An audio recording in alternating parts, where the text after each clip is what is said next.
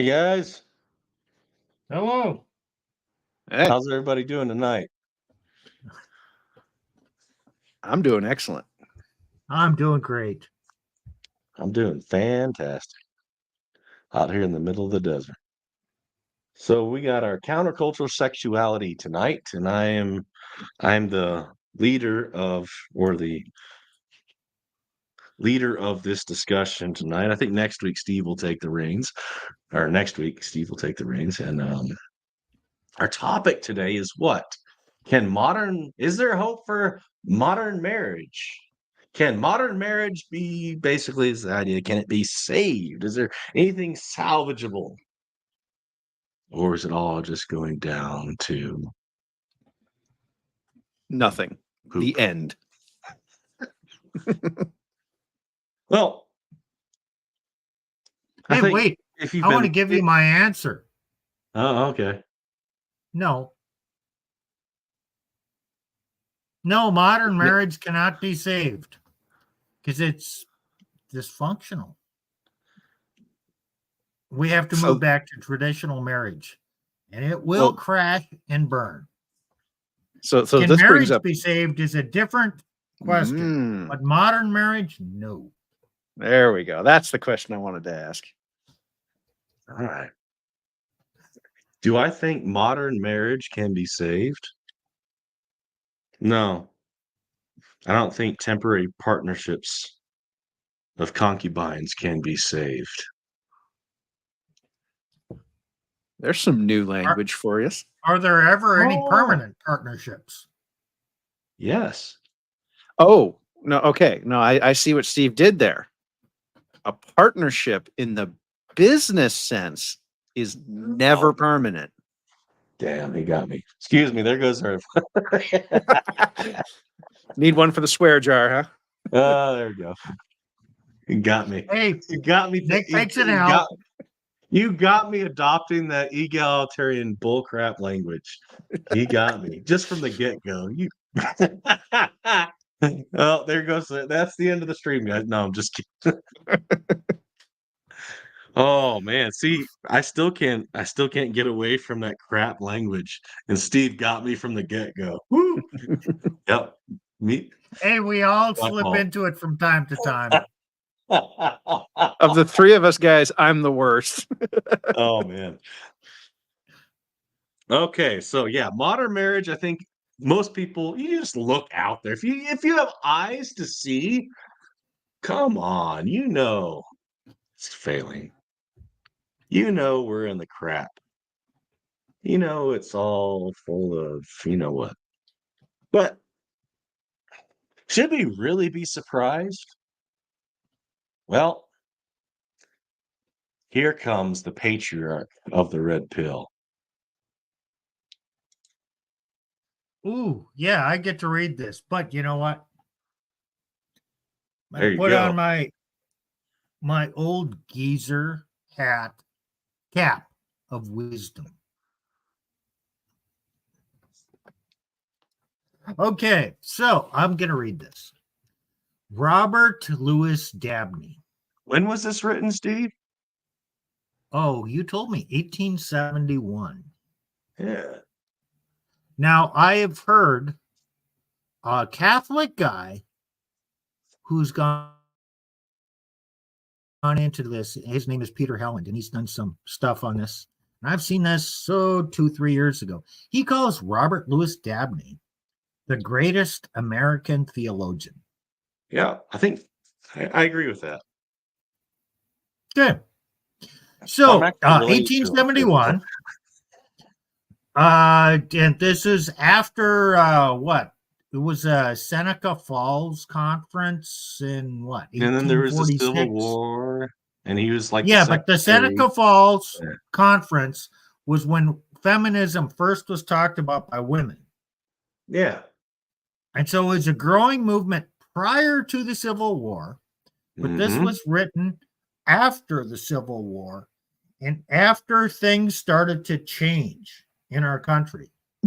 So this was not prior to feminism, it was after the advent, the first inklings of feminism.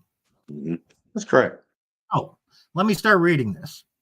So it will be found, and it is no disparagement to women to say it, that the very traits which fit her to be the angel of a virtuous home unfit her to meet the agitations of political life, even as safely as does the more rugged man. The hot glare of publicity and passion will speedily deflower her delicacy and sweetness. Those temptations which her Maker did not form her to bear will debauch her heart, developing a character as much more repulsive than that of the debauched man as the fall has been greater. The politicking woman, unsexed and denaturalized, shorn of the true glory of her femininity, will appear to men as a feeble hybrid mannequin, with all the defects and none of the strengths of the male. Instead of being the dear object of his chivalrous affection, she becomes the importunate rival despised without being feared. This suggests a third consequence, which some of the advocates of the movement even already are bold enough to foreshadow. Quote, women's rights, unquote, mean the abolition of all permanent marriage ties. We are told that Mrs. Katie Stanton avowed this result, proclaiming it at the invitation of the Young Men's Christian Association, that's YMCA, of New York.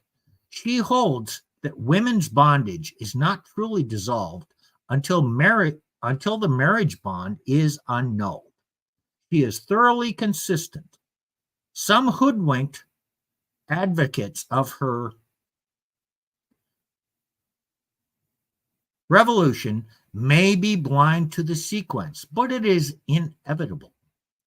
It must follow by this cause, if for no other, that the unsexed, politicking woman can never inspire in man that true affection on which marriage should be founded. Men will doubtless be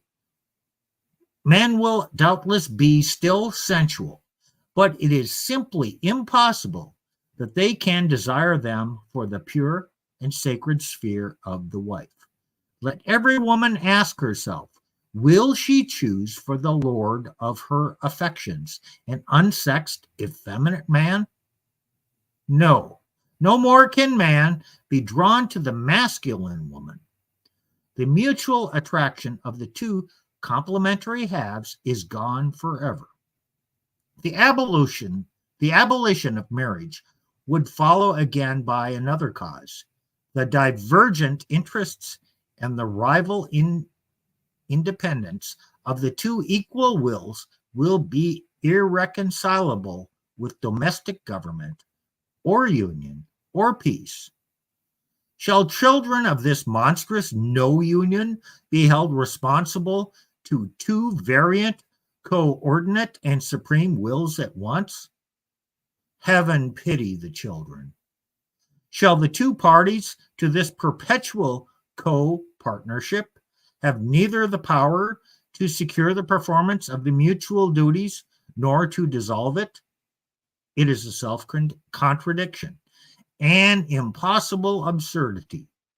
Such a co-partnership of equals with independent interests must be separable at will, as all other such co-partnerships are. The only relationship between the sexes which will remain will be a cohabitation, continuing so long as the convenience or caprice of both parties may suggest. And this, with most, will amount to a vagrant concubinage. But now, what will be the character of the children reared under such a domestic organization as this? If the human experience has established anything at all, it is the truth of that principle announced by the Hebrew prophet, when he declared that the great aim of God in ordaining a permanent marriage tie between one man and one woman was, quote, that he might seek a godly seed, unquote. God's ordinance, the only effective human ordinance for checking and curbing the first tendencies to evil, is domestic parental government. When the family shall no longer have a head, and the great foundation for the subordination of children in the mother's example is gone, when the mother shall have found another sphere than her home for her energies, when she shall have exchanged the sweet charities of domestic love and sympathy for the fierce passions of the hustings, when family shall be disrupted at the caprice of either party, and the children scattered as foundlings from their hearthstone, it requires no wisdom to see that a race of sons will be reared nearer akin to devils than to men. In the hands of such a bastard progeny, without discipline, without homes, without a God, the last remains of social order will speedily perish, and society will be overwhelmed in savage anarchy. Last, it would be hard to show, did space permit, that this movement on the part of these women is as suicidal as it is mischievous. Its certain result will be the re-enslavement of women, not under the scriptural bonds of marriage, but under the yoke of literal corporal force.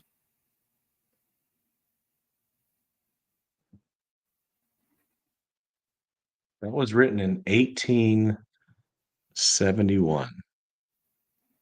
How many themes were talked about there? I mean, this guy was prescient, because this is Yeah, this, you know, one of my he's ancestors. flowery words, a higher level of it's like 14th grade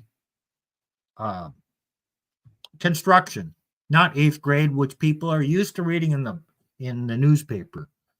This guy But was a theological genius. he He had was a some bad smart man. takes on some other things, but he was an absolute genius.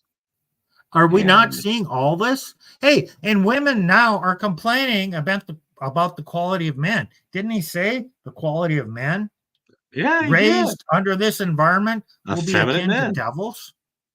Yeah, effeminate men, devils, you know.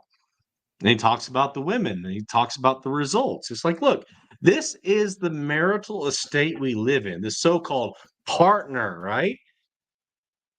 He says that not as a compliment back then, right? This is what how long ago was this written? Like this is 1871. That's like 153 years ago, basically. Yeah. And hey, you know where I got you in this first bit? Oh, Partnerships are where'd you not get me? permanent. Didn't he say Yeah, that?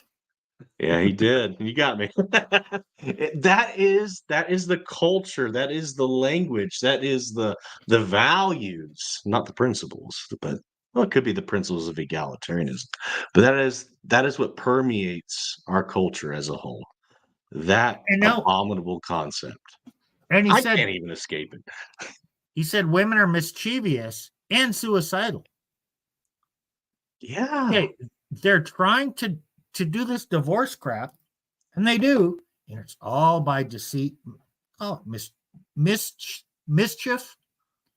But they're killing themselves. The divorced women end up worse off, and now all the younger women who are theoretically our daughters, generationally speaking, now don't even have the hope of marriage, and they're so confused they don't even understand that they're fucked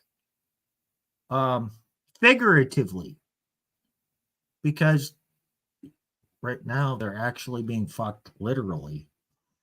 But the figurative is the worst fucking. Yeah. You know where I'm even- going with that? Oh, yeah, we haven't even lived through this entire like logical prediction in which we're in. We haven't arrived at the complete end yet, but we're seeing it turn that way. And where else in scripture do you see that? Isaiah 3, right? So the last part where it's suicidal, it's mischievous, it's a re-enslavement of women. Script not outside the scripture of bonds of marriage, but under the yoke of literal corporeal force. So like Isaiah chapter 3 talks about these proud, haughty women. You know, they got all these expensive stuff tinkling as they go, look at me, look at me, look at me. You know, our modern 304s. I want And to point then out something it else turns here. to judgment at the end. Do you remember? I think it was in our last stream when I mentioned the use of force. Remember that, Nick? Yeah, enforcement.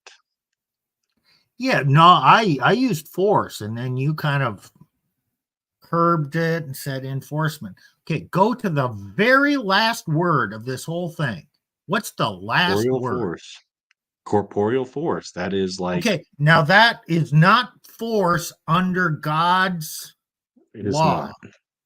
not. Not It's not. not under And he scriptural says that bonds, not under scriptural bonds of marriage. It's but a judgment. literal corporate force. And Yeah.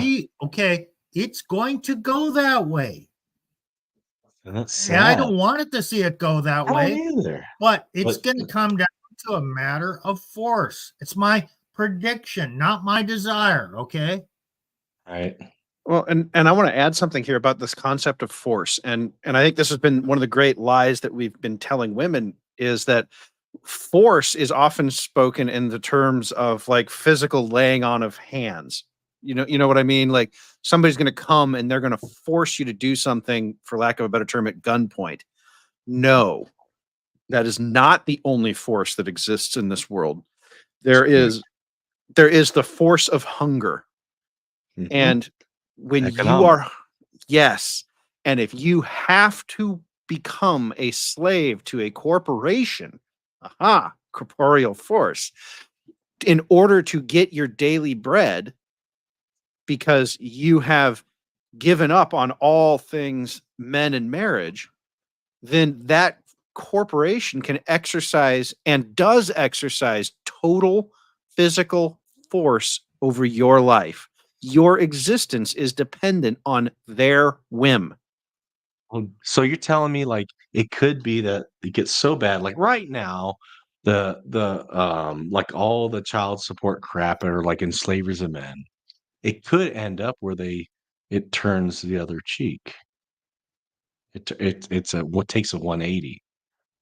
Oh, you mean the re-enslavement of women? Yeah. Well, I'm not saying it's a good thing, like a complete 180, but women. Yeah, well, think about this. They're trading away the benevolent authority of a man who has the ability to use force for good, theoretically, for the force of the external forces by the government, by the corporations, by hunger, by events, by bad men coming to rob her, invade her property, do nasty SA kind of things. That's bad force. That's not benevolent. She could have kept, she could have got married and have a man, husband, in that authority position. And that's mostly historically been benevolent.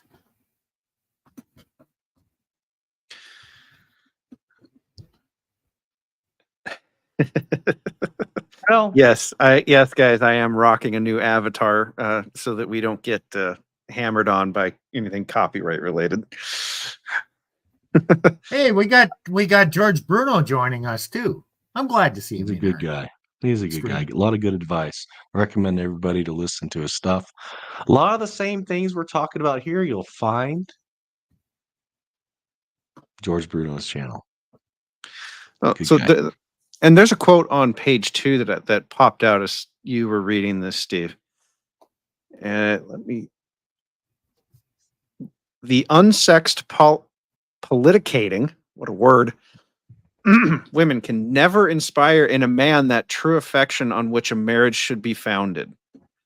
Oh, hey, look at all these ratchet hoes that we have to suffer through now on TikTok and Instagram, that they think, they honestly believe, they feel even that this is what men desire.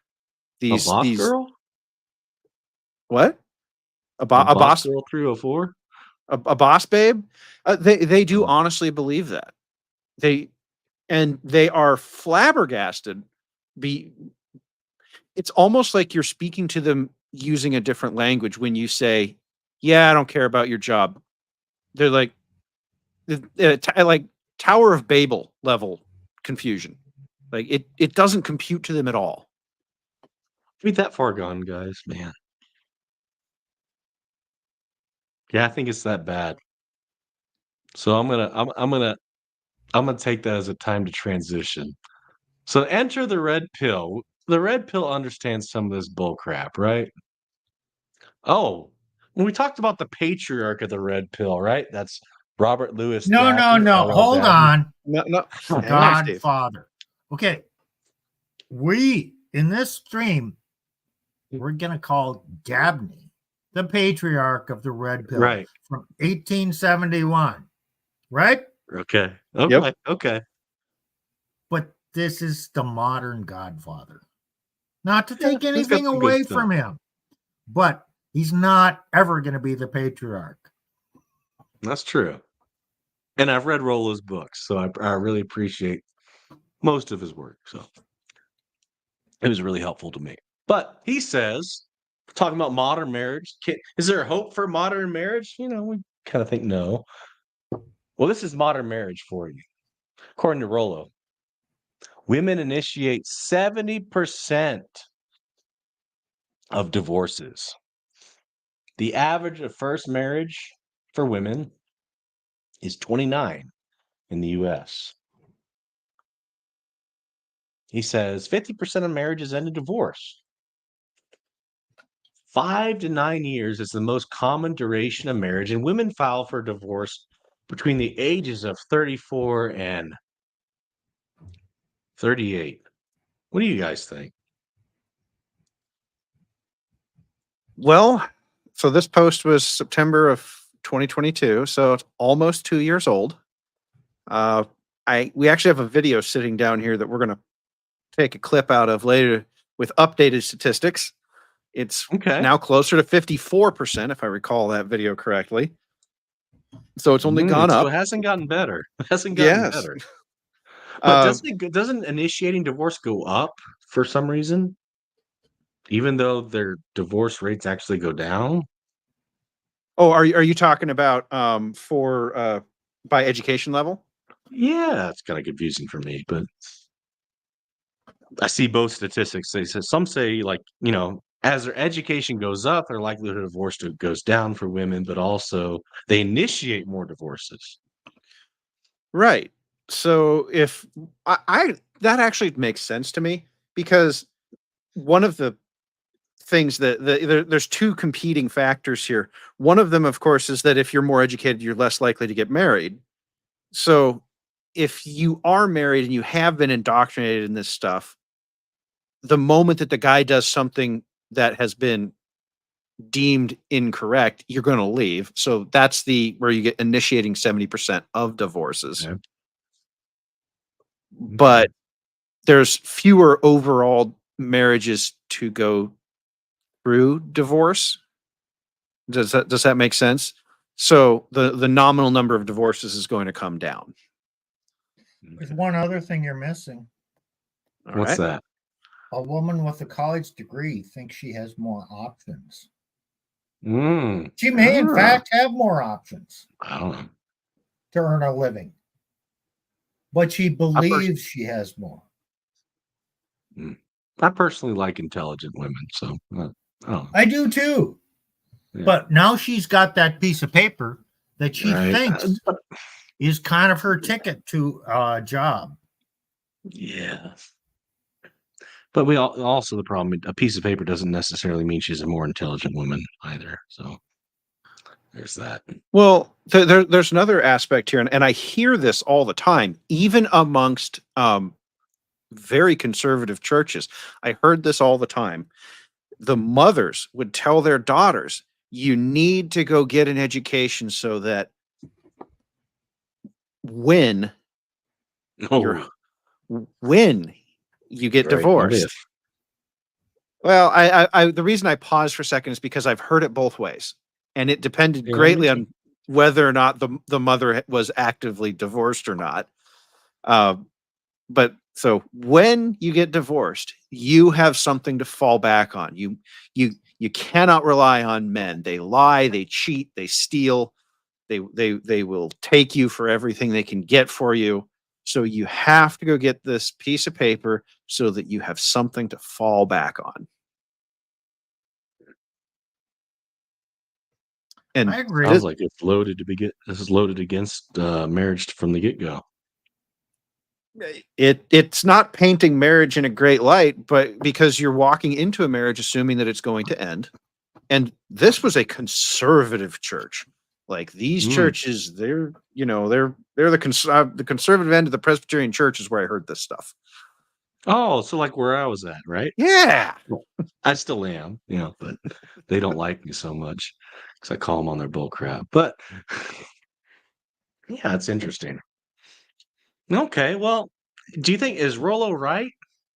What does his lawyer say? All right, let's pull up the the red lawyer. pill, what I call the red pilled lawyer. I think that should be his nickname, the red pill lawyer, or the red pilled lawyer, or the lawyer of the red pill, Mr. James Sexton. All right. I gotta dig out my screen. Here we go. Add to stage. All right. I want to sort of get out ahead of this, and I want to have a good discussion here because I think that this is going to be I don't even think it's so much a clash of ideologies as it is a clash of fact versus fact, and that's why I want to kind of start off with James here. I wanted to get into the versus some of the stats here. One of them was the rate of divorce, and we talked about this yesterday. And so, if you can just fill us in on some of this stuff, because the reason why I'm asking this first is I was again talking or sort of locking horns with Matt Walsh here, and he didn't want to. I guess maybe it was Pearl who said something like this. I can't remember, but he was basically responding to somebody who said that the failure rate of marriage was 75%, and I don't think that that's accurate. So yeah, for us. So I think numbers are important, and I think I enjoyed yesterday's conversation on Rule Zero a lot, and I especially enjoyed talking to Andrew to the point where I actually tweeted after the show yesterday saying how much I enjoy a debate with someone who knows what the hell they're talking about. And it's obvious that he does know what he's talking about and that he's done some research. So I figured in anticipation of today, though, like all good lawyers, that I would do a little research and I would get the most current numbers I could possibly give. So I think it might be nice to start off with some statistics, and then we can kind of put them wherever we want to put them. But all of these are easy to find online, CDC, whatever your opinions are of the CDC in terms of the compilation of statistics from the Bureau of Vital Statistics. This is from August of 2023. And I want to just throw some concepts and some numbers out at you. Because look, we're always being told, it's a Ben Shapiro favorite thing to say, facts don't care about your feelings. Well, the feelings don't care, feelings don't care about facts either, so the truth is, I understand there's a lot of feelings involved in marriage things. Everybody's caught up on the idea of I think people like these straw men, when you were talking, Rollo, about how this pops up around every election cycle. Of course, these kinds of straw man arguments come up around every election cycle. Why do politicians on the state level love talking about how they're hard on drunk drivers? Because is there a big pro DWI group out there somewhere, like Mothers for Drunk Driving? Everyone's, why do we have such oppressive and unbelievably vicious anti-domestic violence legislation out there on the books that's catching tons and tons of men in the net. Again, Yep. I can tell you, intimate partner abuse, domestic violence, those are real things. But that's not why we have so many laws in the books that are anti-domestic violence. It's because there's no pro-domestic violence lobby out there. So it's very safe for any politician, whichever side of the aisle they're on, getting up and saying, I am against domestic violence. Well, Lottie fucking dies. There are a lot of people out there going, I'm pro-domestic violence. It's a ridiculous argument. So it's the same thing now. What is this year's flavor? This year's flavor is I am for happy marriages. Well, who the fuck is against happy marriages? Is there a group of people out there saying I'm against happy marriages? Because if you want to try to put that on the red pill, like that shoe just isn't going to fit. Yes. It's not like anyone in this community is saying, oh yeah, we think marriages suck and marriage as a technology is awful. And even if you're happily married, you should get unhappy and get divorced. That's a ridiculous argument. It's a straw man. So I think we should really be looking at facts. So let me throw a couple of statistics out here, a couple of facts, and then we can all figure out what to do with those. Because, I love people who say they love America but hate Americans. And I love people who say that, they care about, marriage satisfaction or the divorce rate. But all they want to do is just create barriers to getting out of unhappy marriages. They don't want to talk about the underlying causes for divorce. So let's talk about statistically what those causes are. And then anybody, particularly TradCom people that are saying, hey, we're really trying to support marriages. We want to end divorce. Cool. Instead of creating bigger barriers to divorce and making my job more lucrative as a divorce lawyer, maybe you can do some of these things that'll shore up helping people's marriages. So let's look at some statistics. So in terms of divorce rates, divorce rates, when people say 73% or in the 70s, yes, third marriages, if you're married 3 times, third time is not a charm. 73% divorce rate for third marriages, 67% divorce rate for second marriages, 52% divorce rate for first marriages. Now, this is the statistics as of 2020. So that's like get-go 50% chance of getting totally screwed. Then if you get remarried, it's 2/3 chance of getting totally screwed. I mean, okay, there might be better outcomes, but then get married a third time, 3/4 chance of getting screwed. Now, what do we call getting married in the modern sense? What do we call modern marriage, right? As 3 guys who've gone through the ringer. What do we call it?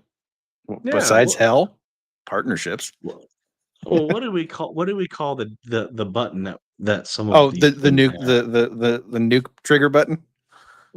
Yeah, what about that? Oh, she gets paid to leave. She gets paid. Oh, she gets paid to press the nuclear button that can totally F up your life, your finances. What? Come on. That's why you have to marry a woman you met in church, a good godly woman, and then pray with her every day so she won't press the button. Then why are we 3 here then? We didn't pray every day. She left. She stopped praying with us. We did something wrong. But I'm still confused about something. Maybe you can help me out in this, Nick. All right. We got James Sexton saying 53% of first marriages. Yeah. But on our stream on Monday, Trent Horn said it was 5%, and then 35%, and then 50%, then back to 35%. Who should I believe? The divorce lawyer or Trent Horn?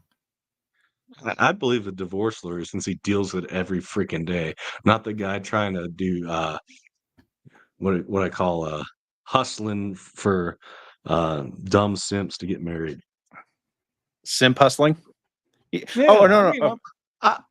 I think I was going to say simp sense is good, but just modern marriage I think is doomed to fail, and I think Trent Horn's inviting men into modern marriage. And he still can't even get him his, he's supposed to be, Catholic Answers, supposed to be Mr. Apologist. He can't even get his numbers right. Okay, now I'm supposed to trust him. Here's a good point.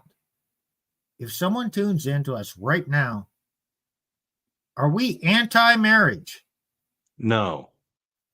No. Oh, how can you say that, Nick? Well, even Rollo's not anti-marriage, in a sense. James Sexton I isn't anti-marriage. I think we're going to get to this, but I think marriage, not as in the modern sense, but as has been biblically and traditionally understood, is a good thing. So we are pro-traditional marriage. We are Yeah. pro-patriarchal marriage. We are pro-biblical marriage. We are pro-historical marriage. We are not pro-modern marriage. Amen and amen. Absolutely. Okay, let's continue. All right. 21 because it takes the year for them to compile the statistics. So in 2023, you get the numbers that reflected the year of 2021, not 2022. So when you average it out, that's where you get this number of 56% marriages end in divorce, is that they're averaging out, but they're not giving the same weight to all three of those things. But it's 52% for first marriages, 67% for second marriages, 73% for third marriages. 40% of new marriages include a partner who is remarrying. So the majority of marriages, 60%, are first marriages for both partners, but as many as 20% of unions are one person who's been married before. So again, remember, some of these statistics are a little tricky when you look at the divorce rate, because you're talking about people who've been married multiple times, okay? Only 6% of divorced couples remarry each other. So I guess once you've seen the movie, you don't want to see it again. Oh, only 6% of people who were divorced remarry the same part. Wait a minute, Mr. Trent Horn. Weren't you saying that 93% of people? Oh, but he included a special word in there. Didn't he say they wish that they wanted to remarry their old partner? What point in time? Like the day after? While the day after they got the divorce papers? Yeah. Well, what I find interesting is that while he says that 93% want to get remarried, would the language used was would remarry their prior partner, only 6% actually do. So Your discrepancy. well, it's an odd one Weird. because the numbers are almost perfectly mirrored, and I'm almost wondering if he just misread the statistic. Keep going. And then I'm going to do my 2 cents in a couple of minutes. But interestingly enough, 72% of reuniting couples who remarry each other after divorcing each other stay married, which is really weird. Okay, stop right there. That's the point I want to make. Okay, marriages end because supposedly of irreconcilable differences. Mm-hmm. But women file for marriage 70% of the time. They unilaterally declare it irreconcilable. Yeah, I see that when I do the district. For the 6% that get remarried, they have a 73% chance of staying together. Like they learned something. That's only a 27% chance of divorce if you remarry the same woman. So it really wasn't irreconcilable. No, it was unreconciled. Wow. So I have this thought experiment that what if you took the man and the woman prior to the divorce and you locked them in 2 adjacent jail cells with bars in between for 3-4 days, and feed them and all that. And we're not depriving them of comfort, but we're forcing them to interact. And, they can rant and rage and whatever for a while, but eventually, they're going to have to talk. What would happen? Oh, that's could they be forced by proximity to reconcile their differences that were claimed to be irreconcilable? That's an interesting thought. Are you talking about solutions here? Yeah, never mind. Yeah, that's theoretical, and that'll never happen. So, it's just a thought experiment. I'm Steve, not haven't you advocating that. Haven't you Don't say heard never. the red pill is not allowed to do prescriptions? We can't offer solutions. I can. Well, so it's interesting that you bring this thought experiment up because I work from home, which means I spend the majority of my day around my wife because I am remarried. I am these on my second. And honestly, we work stuff out pretty quick when something comes up. But we're sitting right there. Like we eat lunch together and we eat dinner together. I'm not out of the house every day for hours and hours of the day. So, Steve, I think you might be onto something in practice. And fellows, if you run a team of men, now I understand that for a lot of jobs we can't do this, but if you're in a job where you can do remote work, send them home. Because I know lots of men who they use work to hide from their wives. Talked about Been it there, all the done that. time.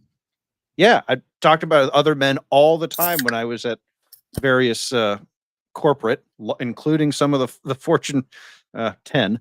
It's a real thing. No many. I did it for a time too, just a little bit, not a lot, but a little bit. So, It's another prescription. It's another option for those of you who have it.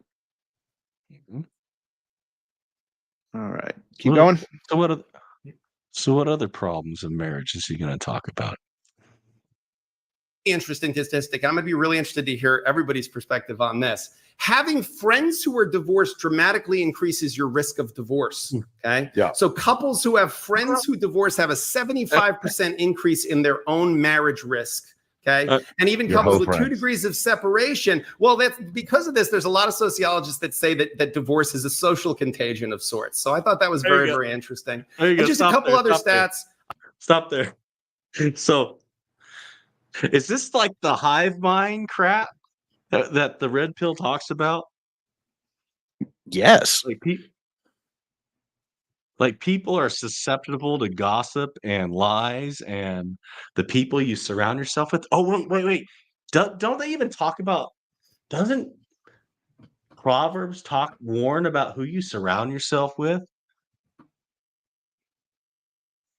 Very much so. Imagine But that. women are much more susceptible to propaganda, to marketing, Mhm.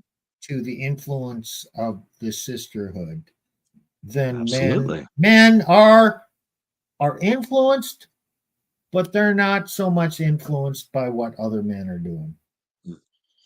Not as So- much so. So I had a thought, and tying these 2 points together. So the corporate lifestyle is actually a modern invention. Most men, prior to let's say the 1850s, would have been working on a farm with their Okay. wife. So pre-industrialization. Pre-industrialization, you would have been working on a farm. You would have been working a farm. Almost most men would have been. And your wife would have been involved with the daily chores. Yep. Your children would be involved. And so the family is always working together. Yeah, I saw that a lot when I was a pastor in South Dakota. A lot of the farmers and ranchers. That's kind of how they lived. Yeah. Yeah. Now, you might not be in physical proximity to your wife all day, but you were closer than any other man for, 5 miles in any direction because you're on a farm.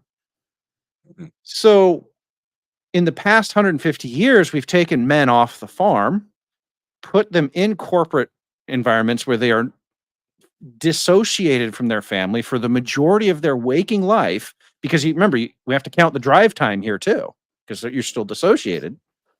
And so now women have all this time with they're not doing anything. They're not doing anything productive for the family. And they have all this time to sit there and chat with their friends. And of course, we introduced social media tools and all of that.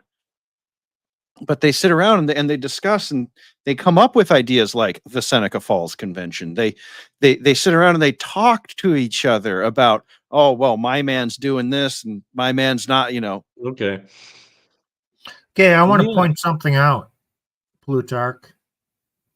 You went back to a historic aberration, an American invention. In Europe, people were farmers, but they lived in a village and they Okay. went out and worked the fields. They were not isolated. So, but there was still force at work there. Your family needed to produce what your family consumed. So a woman could not get highfalutin and say, I'm going to separate. Who's going to feed her? So all her friends would say, no, you need to make it work over there. Would her parents take her back and No. support her? No, you go back there, you work it out. Oh, it sucks. Hey, tough. Work it out. Yeah. So, I mean, it, like but their it livelihood, was their still survival it was depended still on it. both men and women at home together, Yes. forced for their own survival to work together.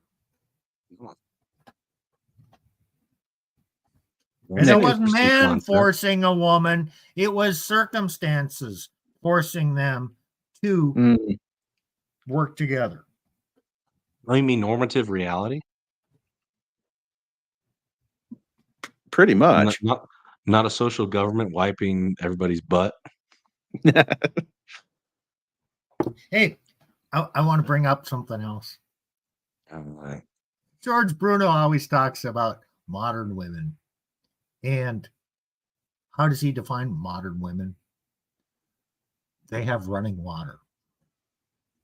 Ooh. So at the times we're talking about here, where men and women were forced by external circumstances to work together. These were the times before running water. Mm-hmm. It's true. One of her jobs would have been to go pump the water out of the well in the village. That's true. Or on the farm, Yeah. go carry water from the house, haul it in a bucket, fill up the tank on the side of the wood stove. And cisterns and all sorts of stuff. Right. But it was not modern plumbing, not modern running water. Well, we're going to have to figure out what the version of that going forward is, because I don't know any of us are advocating that we go back to life before indoor plumbing.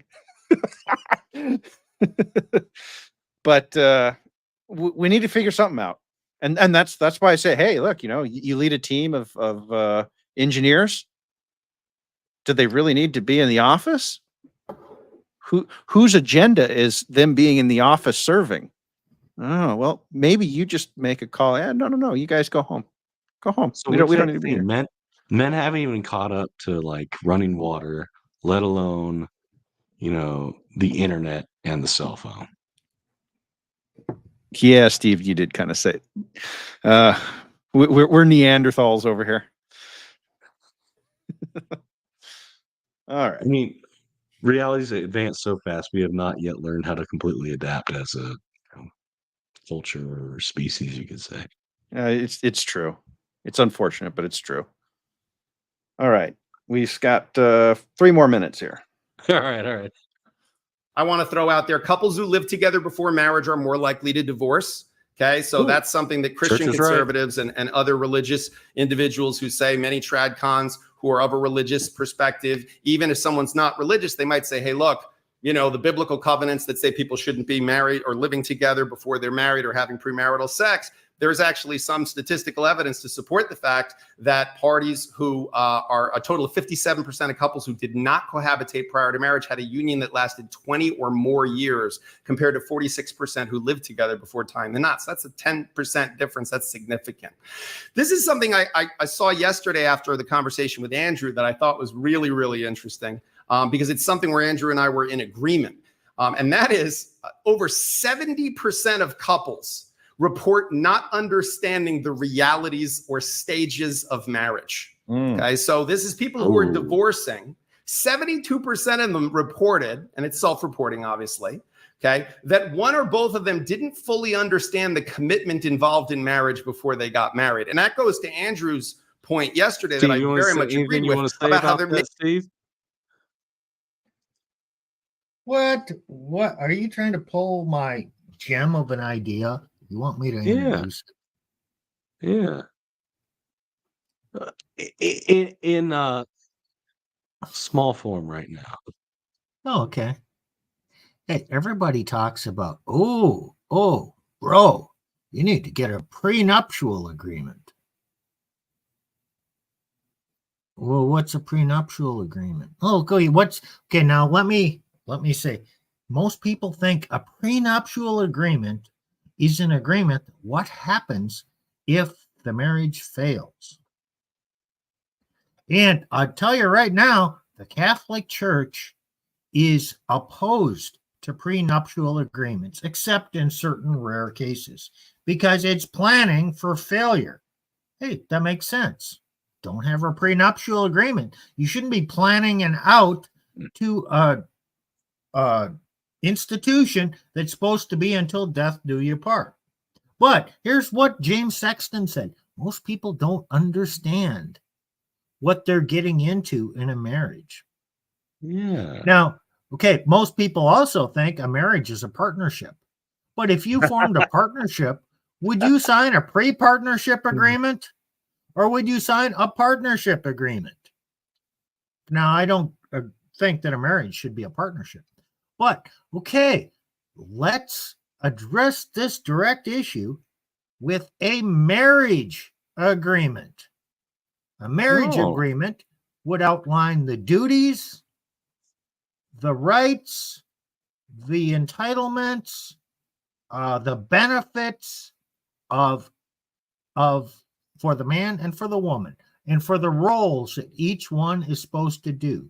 And it will define who has the authority and the responsibility, who's the ultimate decision maker, what they can tell, what the leader can tell the helpmate to do, and what restrictions there are on that. And from a Catholic standpoint, the restrictions are the wife gets a lot of benefits, but she has to obey unless it's a matter of grave sin. Not just sin. That's true. It's grave sin. I mean, clear cut sin, not something she can finagle, say, I don't have to obey you. Well, yeah, okay. This is an absurd thing. If he tells her to steal a pack of gum from the store, he should do it. No. He should do it. That's not grave sin. If he tells her to steal a car, no, hell no.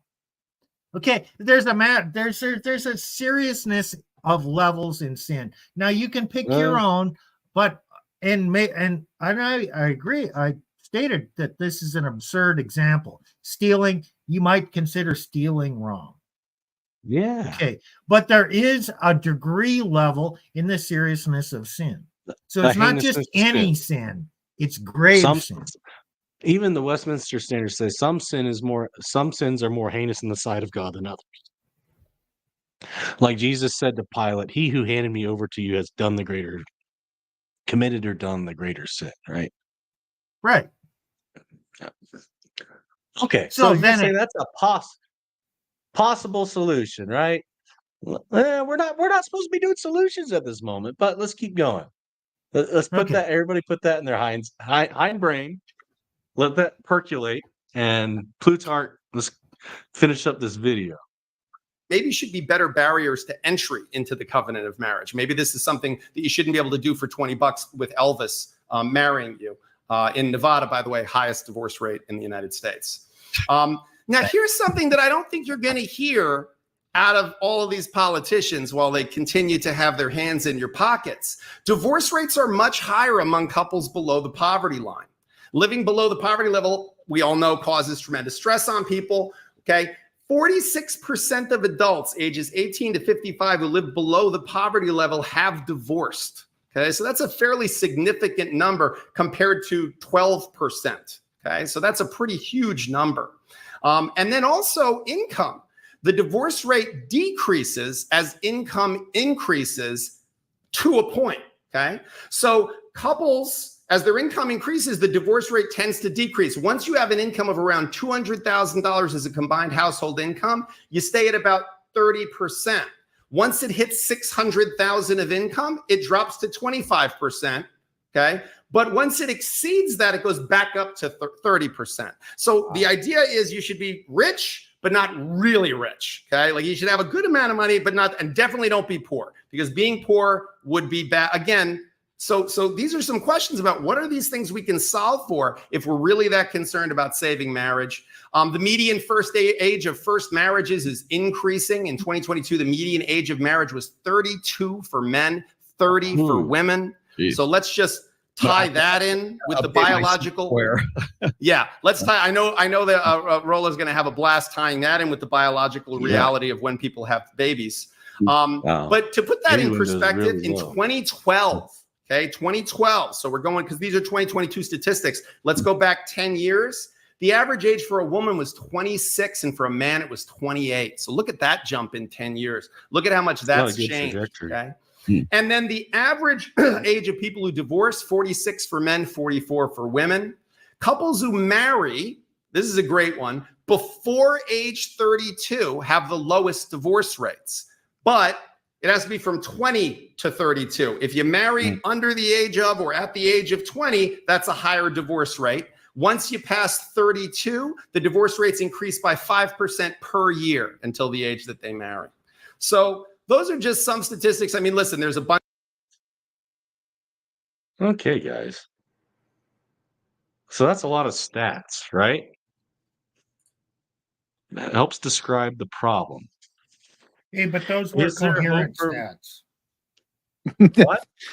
Coherent Those stats. were coherent stats That's compared correct. As to opposed what to we those- talked about on Monday. Trent Horn's Yeah. incoherent stats. Yeah. So, there's a lot of reasons for the causes of divorce. I know Steve has some particular ones that he's talked about before that this hasn't really mentioned. Well, I've mentioned them a few times. Isn't like your favorite beer something? Yeah. Don't you have a I'm favorite beer? drinking foo-foo water now. I wish I had the Okay. can that said IPA, which IPA beer is India Pale Ale. Right. But I use that as an acronym to represent infidelity, promiscuity, and abortion. And that those are the three things that women keep most secret and most will lie about the most. Infidelity, obviously, they're going to keep that one secret, which happens during the marriage. Promiscuity is body count. And they're going to keep that one secret, and they always have. I remember back 20, 30 years ago, they said that the average, I'm just pulling these numbers out of my ass. The average man had a partner count of 8 before he married. An average woman had a partner count of 3. I always wondered what women were these men fucking to get a higher average body count than the women? And why aren't the average, if it's a heterosexual sexual coupling, how can the average for women be different than the average for men? Somebody's lying here, which I'm indicating, I'm saying, yeah, the women lie. And then another thing is a statistic that's shown out a lot is 1/3 of women have had an abortion. Oh, they kill another. Yeah, but okay. a woman's value is her Human fertility, being. value to a man. And somehow that's written on her heart. She knows she's degrading her value. She's guilty if she feels guilt if she steps out on him. And somehow she feels guilt for killing a child that was within her. Her purpose is to give life. So she's not going to tell those things because it would bring shame upon her and people would see her of lesser value. And So does that shame there, usually show up right when they get married or when she has her first kid with that marriage? not when she gets married. It's going to show up after the first kid. And then maybe again when there's strife and the man wants to assume authority and maybe discipline the kid and she becomes overproductive. There's all kinds of reasons. But okay, what does this trigger within her? It's this guilt. It's a heavy, heavy burden. And therefore, she is going to try and displace this blame. And you know what? With this burden, she will never, never, ever, ever be loved. And I'll tell you why. It's simple. She is projecting something she's not in order to achieve love. So you, the man, the husband, is loving the projection. And when she receives that love, what she's doing to get love, she knows he's not loving the real me. Because if he knew the real me, he wouldn't love me. So the real her is not getting love. And all this stuff, okay, I don't even know if they're conscious about when this happens. But hey, guilt can do astounding things. And this is not only about women. These are the things women are guilty about. Men don't feel guilty. We haven't talked about birth control yet, but we can leave that aside. We've talked about that before. Right. You know? But men predominantly feel this guilt when they went away to war. Yeah. And we say, oh, you know, he's shell shocked or he's not the same because PTSD, because of the things he saw. Maybe. Okay. But let's be real. A young man, not just things you see in that situation, it's the things he's done. In war is so unbelievably ugly. You know what happens in war? Rapes happen. People die. Oh, sorry. Yeah. Brutal essay. Sorry, guys. Brutal essay. Grapes? What? Grapes, yeah. That's what I meant. Unjust killing, cruelty. Those soldiers that you captured that didn't make it to the prisoner of war camp and were not taken as prisoners of war, you know, they might have just ended up dead. Things like that. Brutalities. Okay, shit happens. Those are the things. And so when you see these vets come back, now I'm not accusing any of them, just like I'm not accusing any individual woman. These guilts weigh so heavily and they can consume a person. The person makes bad decisions and basically destroys their life because of guilt. They don't feel forgiven. They don't feel lovable. I don't know. That's my take. I'm an engineer truck driver. I'm not a psychologist, psychiatrist, counselor. This is just my take. So maybe I'm wrong. You've been around. You've been around. You've seen it. You've talked to people. You heard stories. I've read some books. Yeah. And I put it together and taken kind of a different take on it. So there's many reasons for the causes of divorce. Yeah. Feminism and all that comes with it is a major cause, but it's not like we can't completely write off men either. And so we need to be careful, not when we're talking about these things, to come with a holistic picture, not just be like, I'm jaded because a woman did me wrong and all that. We need to be balanced. So Well, I think we are. There's no magic pill here. no. Reality's messed up. All mankind have sinned and fallen short of the glory of God. As the Bible says, both men and women are full of sin. Both screw up, and both can contribute to the picture, and both can contribute to the downfall of marriage. Well, So, what I find, Nick, are you saying sin is the cause of divorce? Yeah. Okay.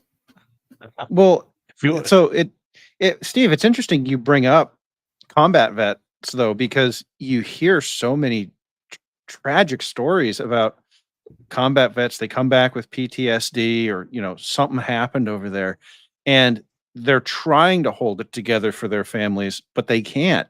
And that causes problems in the relationship too. And in all sorts of ways. And you have to look at that and go, is the wife at fault for that? Not really. Even like No. I can't hold that against her. Don't, because a lot of vets become alcoholics Yeah. just to try and cope with the guilt. Hey, when bad things happen, start considering what guilt is that person carrying. Not to condemn them, but to have some compassion for them. Amen to that. Yeah, guys, so there's a lot of problems with modern marriage. Is there hope for modern marriage as it is? What's our answer? No. I'm not changing my answer. No. No. But what about like the church and state? Is marriage merely a civil union? Isn't it just a contract that the civil government enforces? Well, now we have today it now we can't. get so is Christendom the answer? Let's get into that. Now I got to present something else. There we go. And I got to figure out present slides from my computer. So let's go to my own tradition, right, guys? All right.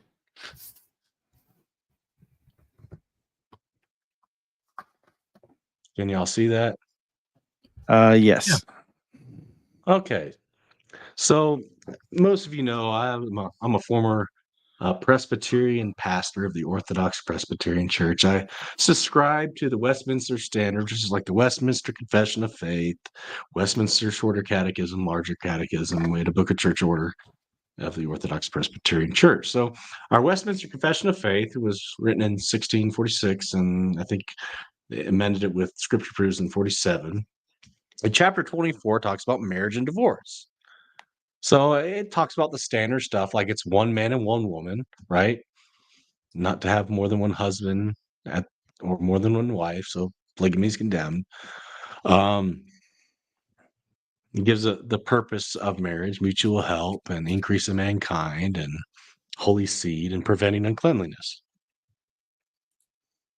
And it talks about the lawfulness of marriage, talks about not being unequally yoked. And for a Reformed Presbyterian, that means you should marry somebody that's, Reformed or of such ilk. And they'd say you shouldn't marry infidels, papists, or other idolaters. So there's a little invective given there at the time. So basically, Roman Catholics. Neither should such as are godly be unequally yoked. Shouldn't a godly person shouldn't marry a wicked person, right? And et cetera, et cetera. So there's degrees of consanguinity and affinity, and there's a whole history there, especially with the English Church and King Henry the Eighth and all that stuff. But basically, no incest and no incest and also adultery, fornication you shouldn't do, and it's lawful if there's fornication or adultery to get divorced.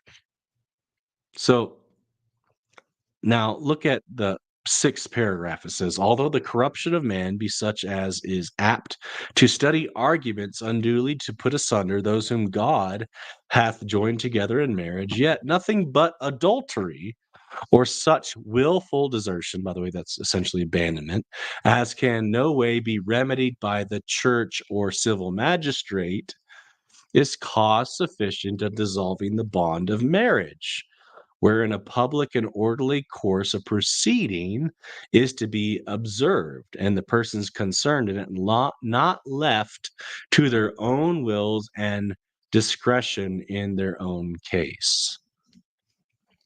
Oh, and then now the Book of Church Order, now this would be like the 19th, 20th century people that, adhere to the Westminster Confession. This is how we operate our polity or our politics. It says marriage is a public nature, the welfare of civil society, the happiness of families, the honor of the church are deeply intertwined with it. All ministers should take care in this matter to transgress neither the laws of God nor the Uh-oh. Did we lose Nick? I think so. I wonder if he ran out of battery. Yeah, we lost Nick. Oh, Okay. bummer. Okay, well, Nick, I think, was going to ask me what a Catholic marriage is, kind of as a contrast or how it matches. I'm going to do it differently than what he did.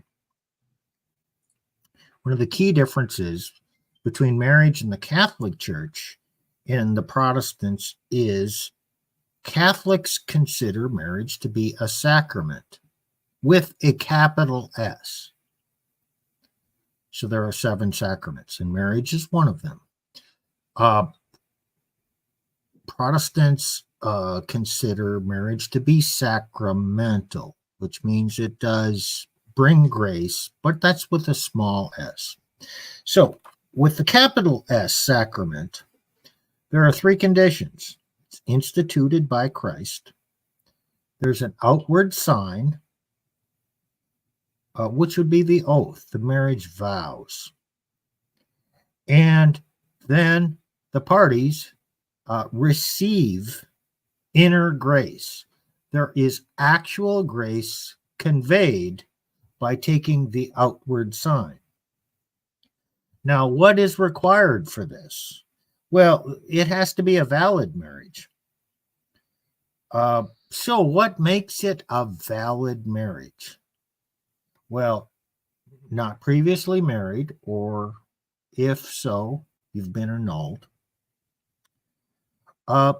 Yeah, technically, you have to be in a state of grace when you get married for the sacrament to have taken place. Which, okay, to be in a state of grace, you have to go to confession. Remember all those guilt things that I was talking about?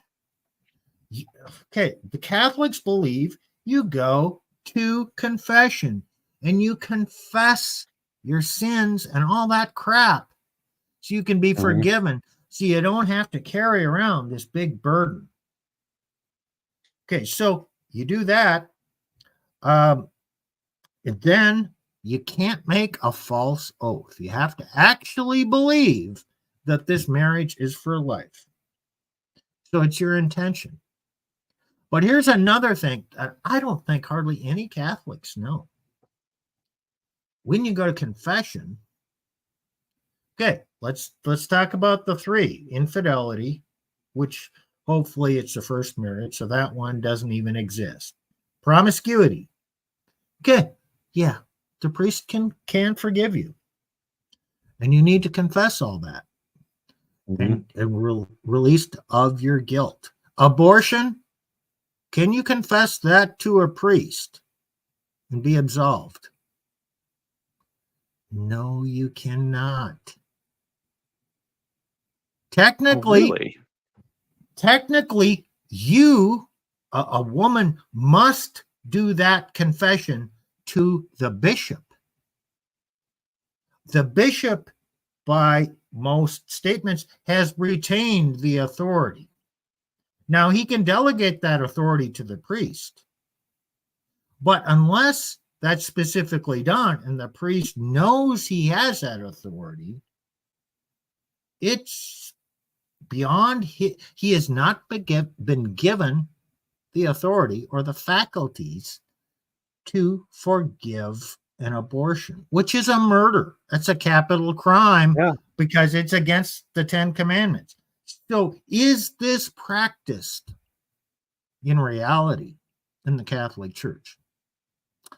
I don't think so. I don't think so. So, some people have said most Catholic marriages are invalid. Oh, and that causes all the tradcons to say, oh, you're a liberal and blah, blah, blah, and you're promoting annulments and all that. It's quite likely true. So you haven't met the conditions for marriage. And if you haven't met the conditions, how can you receive the grace that you're supposed to receive by entering into the sacrament if it's done invalidly? Now, this is all legal mumbo jumbo. Okay, you can take from it what you want, but I'll still say it's an imperfect situation when these conditions exist. So how can you expect for a perfect outcome when you enter into such a sacred union in an invalid or imperfect or less than ideal way? Now, moving away from that, people say marriage is a contract, and then certain religious people say, no, it's a covenant. It's both. Covenant includes a legal contract as well, legal stipulations. So but it's not merely that. Yeah. It is a covenant, yes, but it's also a sacred contract. That's right. And so, yes, it absolutely is a contract. It's a sacred contract taken under oath before God, and that makes it sacred. Right. But again, back to what James Sexton said, how many people know any of this stuff? They don't know crap. How many know what they're signing up for when they get married? No, well, in Reformed Presbyterian circles, we're supposed to give them pastoral counseling, but well, I went through that with my first marriage, the pastoral counseling. 2.5 years later, I went through pre-Cana in my first marriage. The marriage prep course in the Catholic Church. Okay. Did I learn this shit there? No, I didn't. No, did they enforce this? No, they didn't. No. And you know what? Nick said that the Presbyterians don't allow them to marry the Papists. Yeah, well, hey, the Papists, but the Papists also. It still happens. It still happens. Okay, the Papists also don't allow you to marry a non-Papist unless you get special permission. So, hey, it goes both ways. I don't have a problem with that. Presbyterians just act like it doesn't happen, but it happens all the time. Honestly, the church just lets you marry whoever you want to marry anymore. And divorce, right? Exactly. Yeah. It's true. Right? Oh, so you're saying we have the standards are good, right? We might have a finagle a little bit here and there between who has the authority to marry somebody, but we both agree the church and state ideally in a godly society ought to be involved to reinforce what God says, right, about marriage, to keep people married, not to enforce the God's standards, the vows they took to enforce their contract, unless they breach that contract through adultery or abandonment. So I have a question for you, Nick. Here. Okay. What's a papist? Okay, so that's a reform speak for those who call the papal authority, Roman. So about the papal see, basically the Pope, the Papa. So those who are about the adherence to the Pope or the what they call like the bureaucracy of the Pope. So, Anyone who believes in the Pope and a Roman yeah, Catholic, he's a yeah, papist, and that's kind of yeah. a derogatory word for a Roman Catholic. I'm sure they got some for some Protestants. So. What, apostate? Yeah, I know. that'd be one of them. Well, Heretic. some of us consider. Hey, some of us will say the same thing back. So I mean, Oh, okay. So, fire! The fire's coming out. so the idolaters. Oh, we're throwing bombs tonight.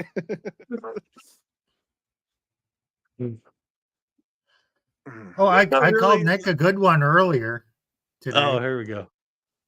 I said he's an iconoclast, Yeah, and he okay. agreed. Yeah, I don't like Okay, images of explain Jesus. to them what he Yeah. means. What I mean. So icons. So like in the Roman Catholic sense, you can have like three-dimensional versions, like statues. In the Greek Orthodox or Eastern Orthodox, you can only have images, right? Two-dimensional ish uh, uh, images of Jesus. And they would say, well, he became incarnated, therefore we're allowed to have images. And we'd say, well, no, he's God, and you can't have images. And plus, we said we don't really know what he looked like, so how do you know it's a valid image? So Right. yeah, we're And against so icons. Like if the you go, godly Emperor Leo III of Byzantium, that the Greek and Eastern Orthodox, trash, who defended them against the onslaught of Islam, and then they trash them later. Yeah. right. So Catholics can wear a crucifix, which is an image of the cross with the body of Jesus on the cross. Protestants say, no, you cannot have an image of Jesus. So they wear the Well, cross no, without Lutherans Christ and on it. Anglicans allow images. It's more the Reformed. Right. But the Lutherans and Yeah. Anglicans are not technically iconoclasts. They're not. It's Reformed and It's okay. This is Reformed and just a history Presbyterian. So lesson. yeah, We're not arguing about who's right and who's wrong here. no. And so Steve and I were talking earlier about, well, what if the state? Do we really need a state to be married? Ultimately, no. There was no state in existence in the Garden of Eden. There have been many marriages in the history of the world that were marriages where they didn't have the stamp of the approval of kings or princes or lords, but nonetheless, the church recognized and the community recognized. So, what if, today America says, no, you can't get married, but God's word says you can get married? Is your marriage valid or invalid? Or we just tell the government to take a hike? Well, Christians are always supposed to pay homage to the government, but the presumption in the Bible that a government is also under the authority of God. So the government should acknowledge the headship and the morality and principles of God. When it does not, that doesn't restrict the Christians from practicing their faith. And we have examples of this from the early church when they were persecuted and underground. They could not validly follow all the laws of Caesar and offer incense and offerings and whatnot to Caesar. So they lived covertly. And we see this in even in our modern world. During the communist takeover of Russia, a lot of the Orthodox priests were killed. So people had to, and really became mostly illegal to practice your faith. So people had to practice it in private. And I'm just using Catholic and Orthodox examples here, but the same principle applies. And in China, there are some Catholics. And when communism took over, there is a Catholic church kind of underground in China, which continued to exist throughout their repressive ages. And you know what? They probably didn't have priests. They probably did not get together to receive the Eucharist. They probably didn't have a priest to oversee their marriage. And they certainly, well, maybe they got government approval of their marriage, but they had to practice their faith privately in a different manner than the state and not be totally submissive to the state. So it's happened. And so if the state is doing immoral things and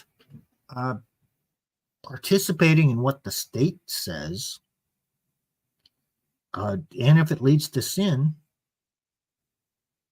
I don't think you're under obligation. And I actually view that under an immoral state. Oh, like today? Yeah. If it's not under God, you're inviting an authority into your marriage that's not under God. It's under Therefore, Satan. it is somewhat satanic, should we say? Yeah. Yeah.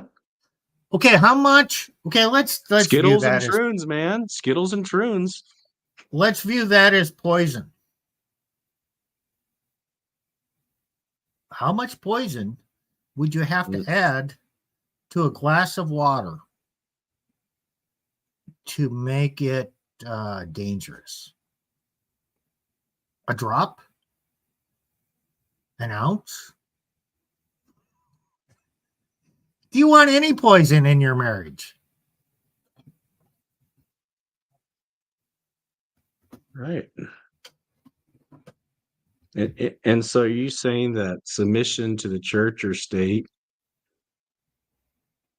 well, we have an idealistic standard. We don't live in a Christendom anymore. Either where, we have a Christian state that enforces marriage or, depending on how much authority you grant to either one, we don't live in a Christendom. And even the church doesn't even want to enforce its own standards. I think the Roman Catholic Church doesn't enforce its own standards, and I know the Presbyterian Church sure as hell doesn't enforce its own standards. Well, for when I pressed charges, they didn't do a damn thing in my own marriage.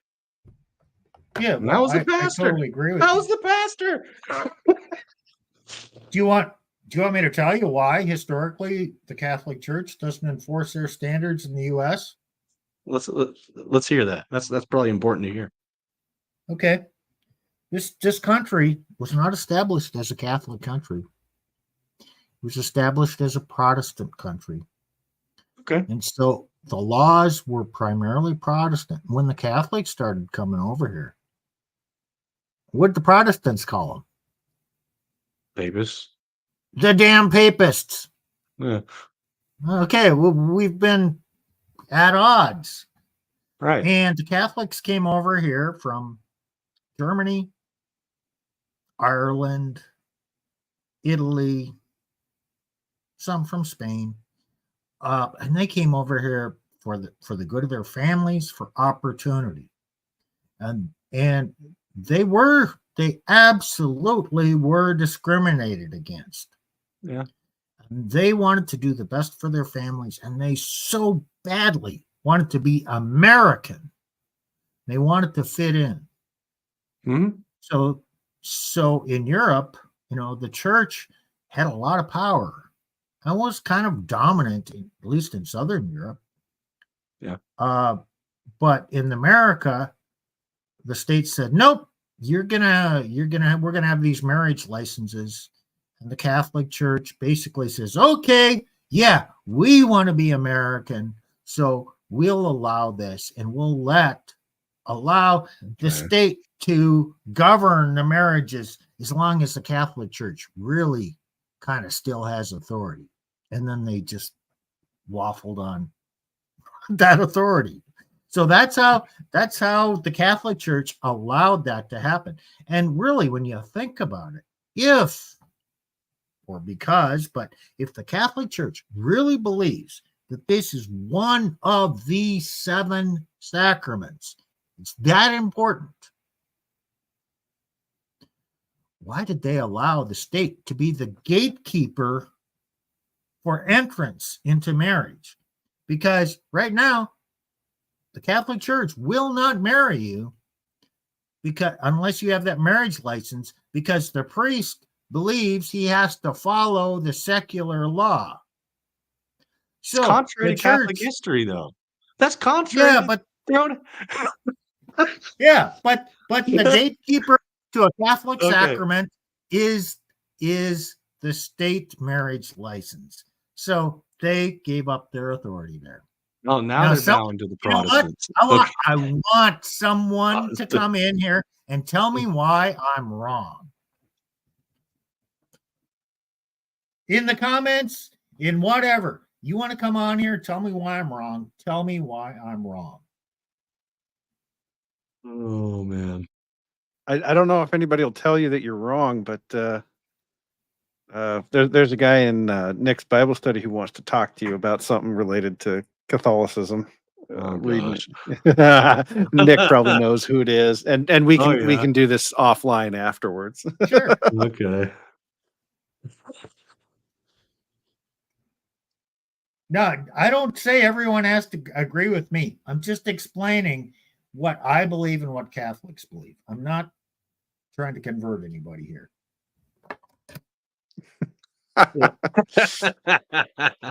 Oh yeah, that Bible study will roast Catholics. Oh my goodness. Oh, yeah. Hey, they roast me too, though. So I mean, True. I'm a day. We could roast anyone. I mean, everybody's up for it. So, but anyways, back I to can explain that last one easily. we've had that conversation. I can easily explain that one. Give me a hard question. Okay. So you're telling me the church isn't the answer? They just need to wife up some 304 and just pray better, and bing a bada boom, they'll have a stable marriage? Is that the solution? Well, that's the Tim Gordon solution. Trent Horn Ooh. solution. Well, I'm But saying I the church like- should be the answer, but it isn't right now. Well, You mean it's you not. just can't take the sacrament of marriage and it'll be like hocus pocus, miracle, God gives you the grace and it's going to be hunky dory? Well, I think Steve Correct. was just. I think Steve was like, you're more explaining that that the church has given up its authority. That's yeah. my understanding of what you were saying. Like it I'm poking ostensibly him just had a it. little bit, just a little bit. Hey, Nick. Okay, little history lesson here. You know where the There word we go. the phrase hocus pocus comes from? Hocus corpus meum. No, it's in the old Latin, right? The priest would stand up this after, is my body. Hoc est corpus meum. and he would hold up the Eucharist. Yeah. Hoc est corpus. This is my body. Right. So that was the transubstantiation. It was like see, magic. Hocus pocus. I was playing with you a little bit there. It's a little friendly fire. So you're saying that like the sacrament of marriage is not some like magic pill that'll automatically ex operato fix all problems in society? I don't see how it could, because you want to take what is fundamentally a secular problem, slap a Christian badge over it, because Steve was talking about, oh well, the Catholic Church won't even do the marriage if you don't have the license. Well, okay, so what you're really telling me is that the state is primary and the church just kind of cosigns underneath it. Well, the church can't fix anything if it's saying that, oh yeah, well, we have to do what the state says we have to do. Hey, you said you want me to say that marriage isn't a sacrament and isn't magic? I don't have any proof of that, because my contention is people have not met valid conditions to validly enter the marriage. So how can you expect the grace to flow? Now, maybe it's not magic even in that case, but that is a good point, though. It They're is. Give me bringing an all this out. baggage in. They're not honestly entering into either, you could call it the sacrament of marriage or the covenant of marriage. They're Right. not honestly entering in. They're entering in a state of sin and thinking that God's going to bless them, and lo and behold, destruction comes. Right? Now, if you're okay, the conditions of this thing of the guilt, that exists where someone is Catholic or Protestant. Mhm. Mm, That's yes. there. Somehow, that if it's not addressed, it's an infection. It's a poison. It's gonna Yeah, grow. So we you can agree on gotta that. deal Sure. with that. The Catholic Yep. Church has its way of dealing with it. Now, the Protestant churches also kind of have a way of dealing with it, Some but of them, neither not all. one is dealing with it. That's true. So are we saying that the churches are simping? They're effeminate or simping or both? The church effeminate, meaning like they're not doing their duty. They're acting like a woman, right? They're acting like a sinful woman, in her rebellion. They're the bride of Christ, but what are they doing? Oh, roundabout, roundabout. Let's never address the No, actual issue. they're doing more than Uphold. that. Oh, what are They're they doing doing? more than that. They Okay, are here we go. actively promoting this idea that if you come to church, the church will absolve your past, and you can find this, and you will find your soulmate. And because as Steve was talking, I was thinking about the recent Nala controversy. Churches should have a method for saying, okay, here's the process you have to go through. Right. And it's because she actually got married. She's officially married now. And remember, she was baptized in December. So we're talking Yeah, 5 months her husband should have loved her enough to what? to make her wait. I don't know. Tell her to shut Yeah. the F up. Well, but what you're saying, so basically what the church is saying is that she came in, said all the proper words, and that's enough. No. This is a woman who has been deeply damaged. This is a woman who probably needs years just to get her head back on right, Mhm. much less be marriage material. And Nick and I, we talked about this back when the Nala thing was going on. It's just like, and there is a penance period that is required for this kind of depravity. Yes, you can find salvation. Yes, you can be absolved of your sins, but no, you cannot be removed from the temporal consequences of those sins. And there's going to be a period where the church vets you. Mhm. Well, let me bring up I said it something right, here. right? Yeah. Right. Okay. Okay. So Go ahead. these same factors need to be considered on the Protestant side, which is what Plutarch was talking about. In confession, you have to have contrition, be sorry. You have to verbally state it. And then the priest can absolve you, basically forgive you of the right. But so now you're saved, okay? But you still have to do a penance. And the severity of the sin, the penance is necessary because you have to make atonement. You have to make amends. And it's not paying a debt. It's something that you actually need to participate in for psychological reasons. So the penance might be that, you have to give all your money back, or you have to do this difficult thing to do. So, I mean, that's kind of purges your soul. Now, okay, this kind of could border on faith versus works. Repentance takes some work. Yeah. If you want to define that as work, yeah, the grace is freely given, but you're doing some stuff. Yeah. And so maybe Repentance is that's a how the grace of God, Catholics but consider it to it be work, also involve but it the also involves Protestants work, though. don't. So I'm just No, throwing out repentance involves concepts work. here. Repentance No, involves work. yeah, even in my churches growing up, that like they preached on James. And Yeah. I heard more than one run through James, but also I think what they have, and maybe we need to make a distinction between complementarian versus egalitarian on the Protestant side. The egalitarian church is, as far as I know, that's the church she's attending. They have no such requirement for any penance whatsoever. Unless you're in the At, patriarchy. yeah, at the Protestant churches, what they will tell you is, yes, the penance is required, but the church will not tell you what that penance should be. At least that was my experience.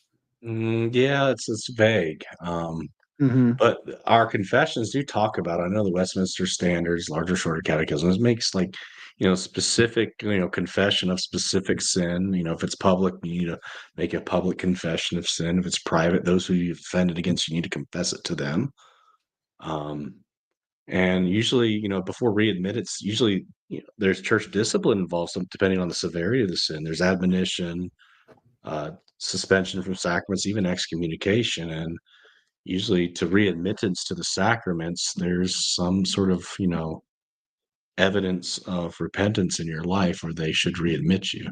I've actually seen it done in a couple churches, well, even for a woman, but most no. See, I'm But approaching they were this. patriarchal churches, so I mean, See, I believe this to be true, but I'm yeah. really approaching it here from a psychological standpoint. You can't just magically get rid of this guilt, and it's not a instantaneous thing. It's takes soul searching, it takes time, and you kind of have to do something to make amends, to get your mind right. And so, however it's done, it's necessary. And once people stop being Catholic and confessing to a priest, hey, the modern equivalent is you go see a therapist and you tell him all your deepest, darkest secrets. But the Or difference her. is, yeah, him or her, but they cannot forgive you your sins. They help you cope with your sins. So, hey, So these are just things that I've thought of and things that I've read. So is the solution to marriage repentance ultimately? In one sense, I would say we'd all say yes. So Yes. what can we do? If the church is not always going to be the perfect solution, what can we do to solve the problems of marriage? Since churches simp and they don't enforce their standards, some might. The truth is still there regardless of, their enforcement. But what are some solutions we can do? We just move to a better state? I wish it were that easy. I've looked. Can you just move can't you just move to, like, a conservative state, like, oh, like my shirt, I went to Texas Tech, so, like, Texas, right? Wouldn't that solve your problems? Right. Texas? No. No. Move to South No. Dakota. South I Dakota's was in South conservative. Dakota. I lived in South Dakota. Wait a minute. I guess that doesn't work. Well, Texas, people think, oh, but it's common law. So, like, you're still going to encounter, the same problems of marriage where the state is ungodly and it's going to, basically enforce these standards against men.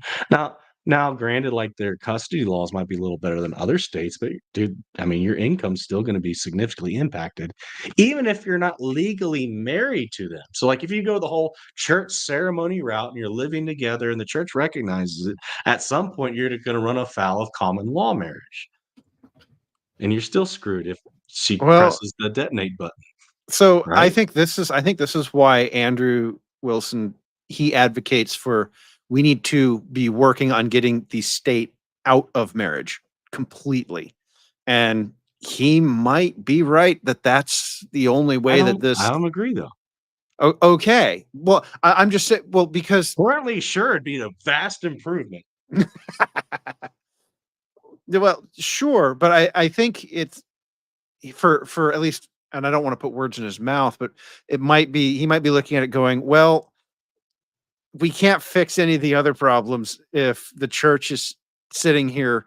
Basically, you have to go to the state before you can go to the church, like Steve was saying, right? Like, okay, the church is not going to do anything because they're going to throw up their hands and they say, oh, well, but it's the state's problem in all circumstances. So, yeah, exactly. The churches have already capitulated. It's not their fault. So until you take marriage away from the state, the churches are always going to be able to hide behind this idea of, well, it's not my problem. It's the government has said that it's their problem, and we're happy to let it be their problem. I mean, they're not even gonna like do what their own standards dictate them to do, and disciplining men and women that are trying to unlawfully depart from the marital estate. But Nick, if we do that, they'll take away our 501c3 status. Oh, you mean like the Orthodox Presbyterian Church? Yeah, I did say that. You guys did that. Y'all can basically, yeah, pretty much, yeah. You did it, and you know it. Oh, you mean like the Roman Catholic Church? Well, I've already given them that. So, well, but all churches say this. All of them do. I find me a church in this country that doesn't quake in fear of losing its C3 certificate. They all care about it. When we've talked about this before, churches are terrified of people leaving the pews because the lights will go out. Of course, they're terrified of losing their nonprofit status. oh, so they're captive to the fear of man. So they're bowing the knee to Baal. They're worshiping the golden calf. They're worshiping Nebuchadnezzar's statue instead of being like Shadrach, Meshach, and Abednego, right? Sure. Yes. Oh, okay. So they're a bunch of Functionally, idolaters. I don't know if I'd go quite that far, but functionally, yeah. Well, I'm a very practical person. So, but here's the thing.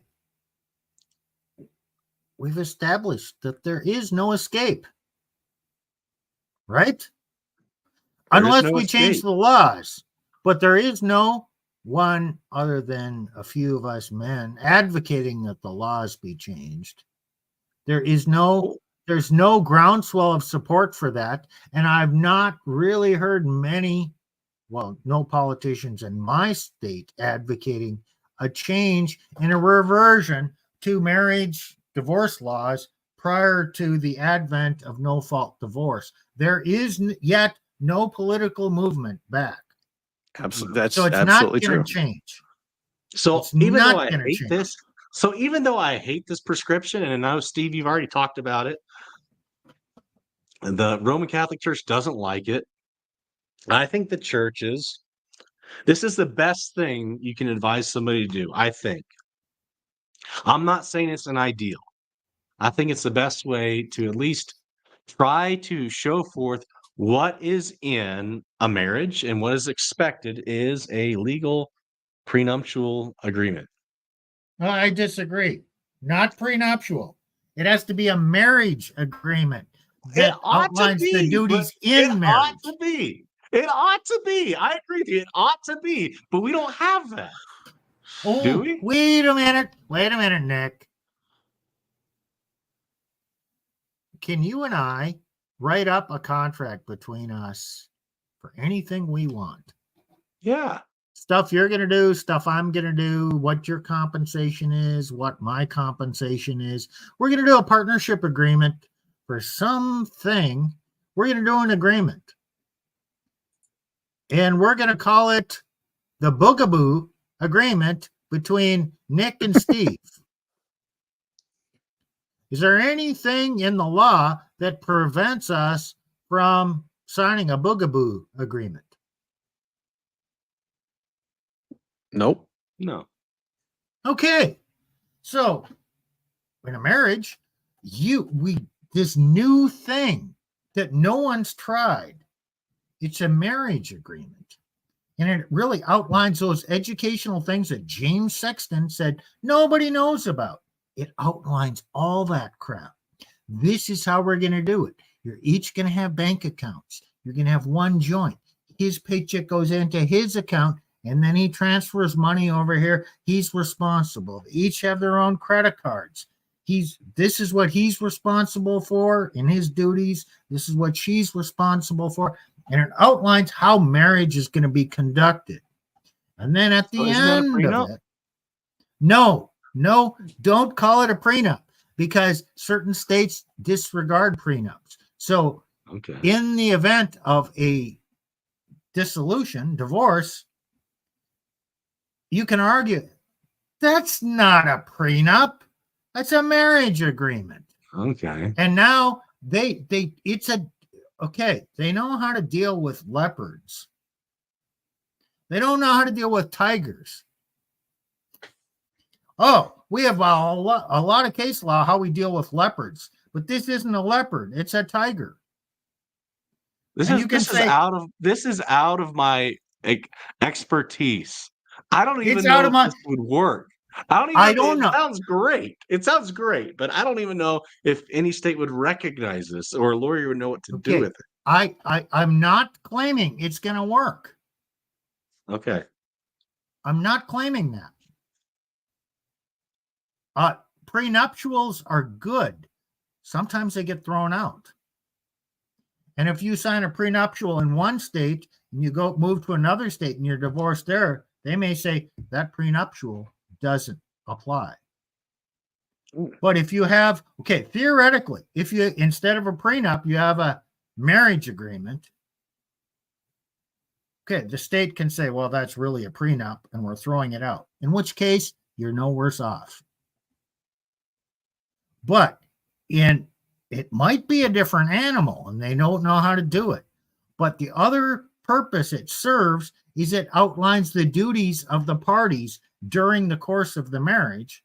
And if the husband's doing something wrong and not doing his thing, she can bring it out and say, here, see what you signed here? The husband can bring it out. See here, this part, this is what I'm expecting of you. You knew it. And it forces her to be aware of what she's signing instead of just relying on what her feelings were at the time. I'm not saying it's going to. Yeah, I'm not saying it's going to solve the problem. I'm saying I don't see any downside, and there might be some benefits in the course of trying it. We need to get an attorney in here to talk about this in general, but it's going to be different in every state. Okay, I just don't see a downside. I have a thought here. Because I've seen this happen elsewhere in our society, where when contracts are involved, a particularly clever woman might say, well, the contract doesn't say I have to do that exactly. That's not in the contract. And a particularly clever man could use the same tactic. So what you end up with then is an ever increasing compendium, and we see this in normal contracts too, that just gets longer and longer of stipulating all these things that have come up over time. And Nick's dealing with court documents, and I'm sure you see the same thing. That's why there's standard types of documents that have been thought through, formulated, right, and they know how to word things to get around those common loopholes. Right. But so a marriage contract would say that he's the authority in the marriage. Well, I'm not saying that there aren't ways to. Yeah, I'm not saying that there aren't ways to deal with some of this, but I'm just trying to think through how how the legal system has been used in other ways and how those ways might apply to this as well. So it's just a thought. It could result in some legal ambiguities and difficulty in knowing how to handle this. And everything right now is proscribed and cookie cutter. It throws a monkey wrench into. It could potentially throw a monkey wrench, and I don't like monkey wrenches. Well, so here's the way I see this working, because everyone knows now that I'm big into these demographic cycles. It could absolutely throw a wrench into the next cycle, and then eventually the women feminists will figure out how to deal with it, lawyer around it, whatever. Mm-hmm. But for the next, like, what would they would take the legal system decades to work out what all this stuff looks like, unless the feminists just decide they're going to ram through laws that make it illegal to even do this kind of thing, which could happen. I think they're on the verge of losing their power. Oh, they are. It's a collapse. They're already collapsing. Nobody wants to get married anymore because everybody sees you're getting totally screwed. Yeah. That's why men are out of the dating pool. So as an idea, just to throw a spanner in the works, as the Brits might say, absolutely go for it. I agree with Steve. I don't think you can lose anything here. You might not gain anything, but I don't think you're going to lose anything for trying it.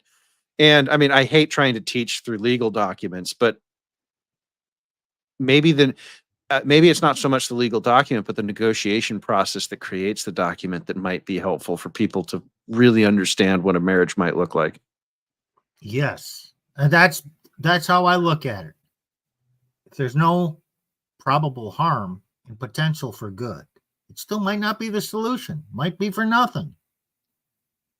But it doesn't hurt you. I still think a prenup's a good idea after going through pastoral counseling. Okay. After everybody has an understanding what's going on, saying we're enforcing what the Bible says in this prenuptial agreement. It's a practical solution.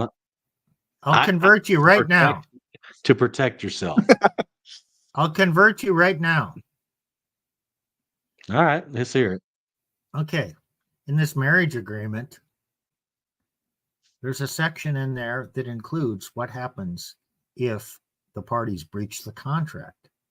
And that's where you include all that prenup stuff that you want in a prenup agreement. Yeah. I think we're talking past each other. Yeah, it's still there.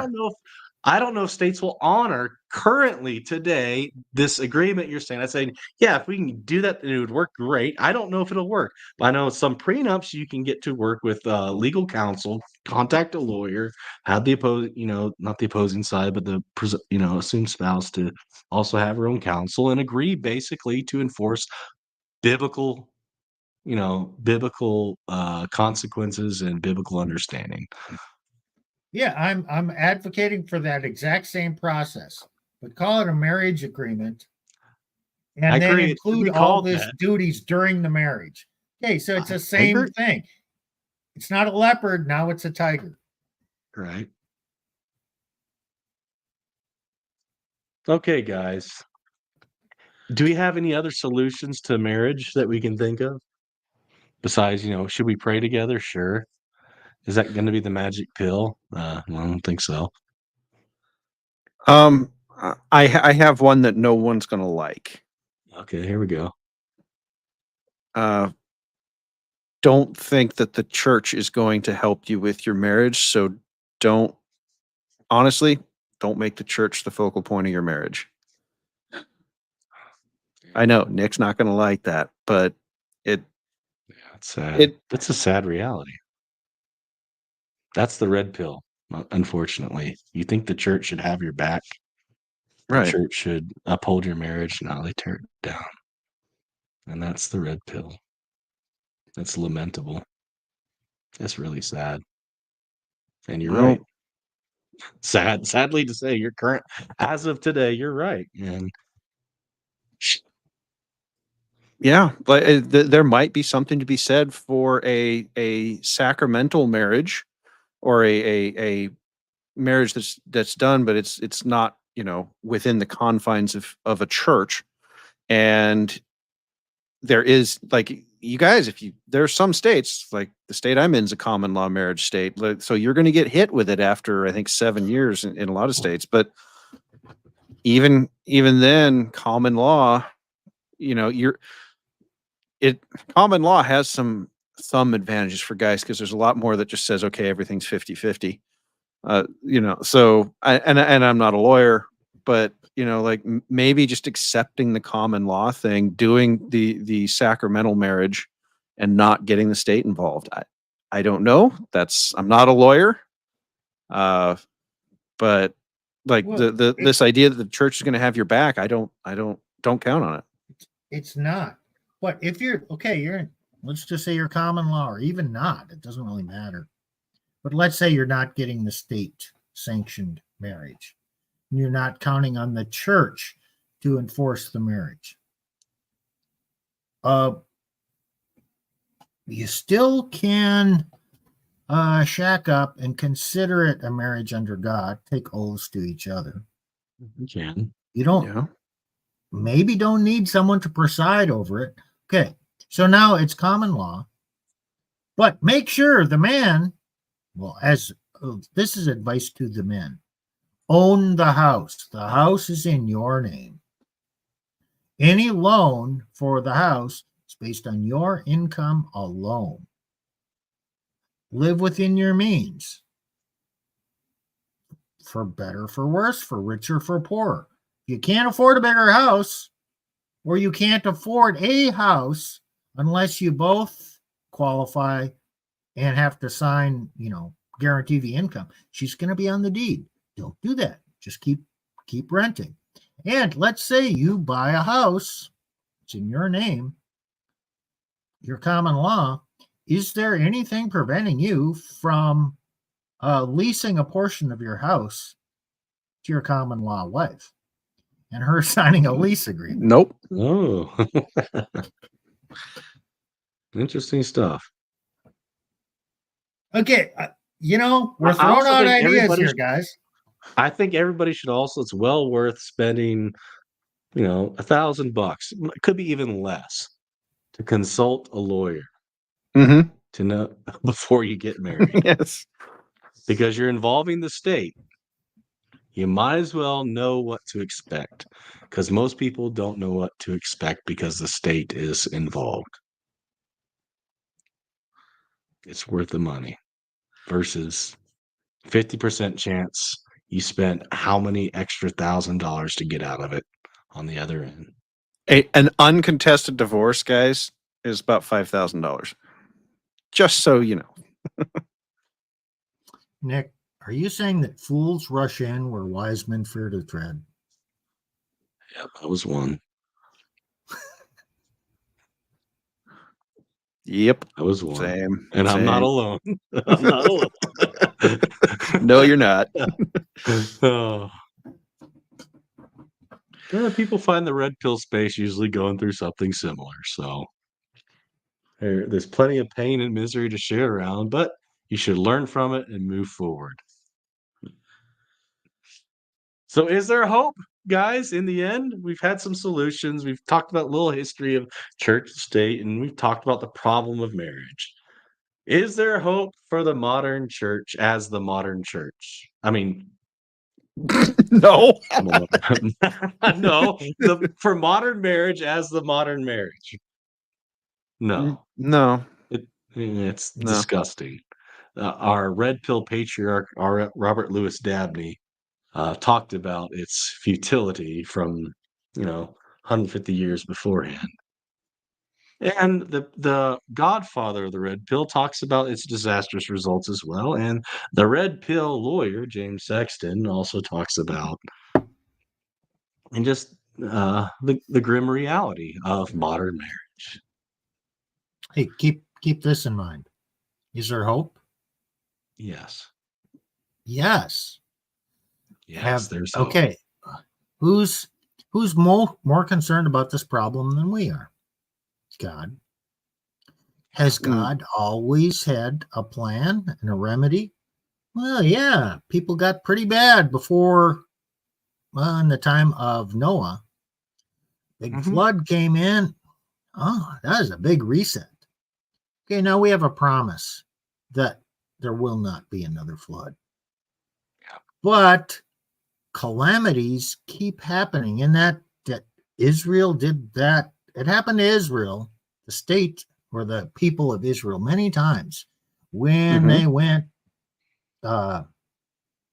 apostate or started doing bad stuff. Yeah, they got handled. And is it going to happen again? Yeah.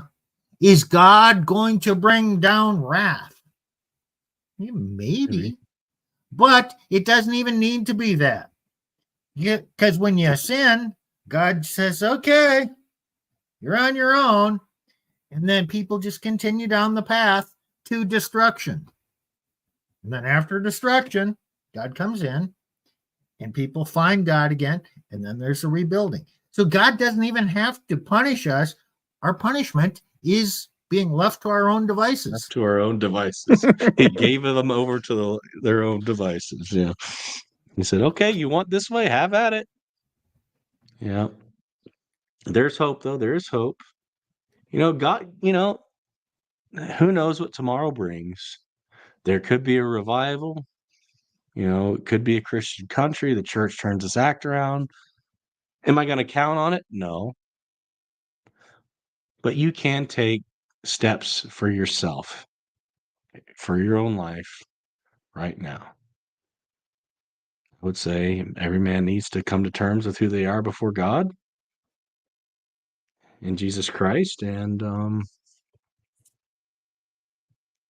take steps to be the best version of themselves. Walk forward with wisdom, knowing what marriage is, and follow some of these steps, to have a better marriage. Vet your women. Yeah, maybe get the church involved to some degree if you can. Pray, but don't count on the state. Don't count on the church. Move forward wisely with your eyes wide open. And even Don't then, think. it's not a guarantee. And this life is full of misery and it will never complete you on this side of glory. Well, don't view divorce as all bad. It's a hardship. It's going to cause you to look at your inside, deal with a lot of stuff, and you'll be a stronger man after going through it. So it's an opportunity for personal growth and getting closer to God, because you've got a lot of stuff you're going to have to deal with, anger and blaming. And then you got to look at your own stuff. It's a great opportunity for personal growth. Yeah, it really sucks. But there is good, personal good that can come from it. Don't deny that or run from that.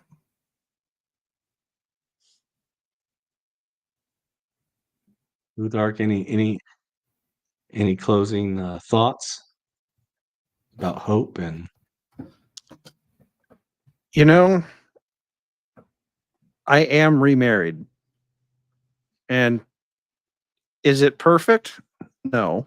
But as Steve said, one of the things that when I was reflecting on my first marriage and it was about accepting the imperfections of being with another person, of that person. And I hate to say it, guys, a lot of finding a good woman is luck because there aren't many out there. But if you do, it's really cool. It works really well. It's so I would say be realistic in your expectations, but the expectation isn't for nothing. You're just going to have to work harder than you've had to work at anything else before. So that's what I have to say. so there is hope. It's not perfect, but there's not hope in modern marriage. No. What Elaine and I practice looks nothing like modern marriage. Nothing like it. So is that a red pill to give up on modern marriage? Maybe not for us in on this stream, but and maybe not even for No. the red pill, but No, I mean that's the wrong interpretation of red pill. Red pill is you understand the nature of men, the nature of women, and you use that understanding of nature to be realistic and to love for what people are, who they are, and recognize your shortcomings, hers. But you can love it anyway. But it's real. It's not for who they should be, who they ought to be, who your fantasy is. You want to love the real person, and you want them to love you as the real person.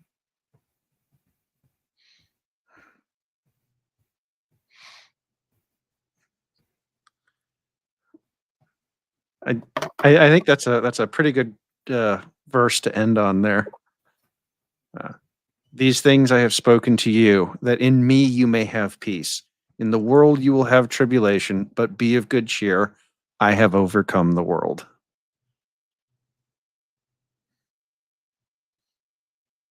Wisely. Sure. Well, with the truth. And there is hope.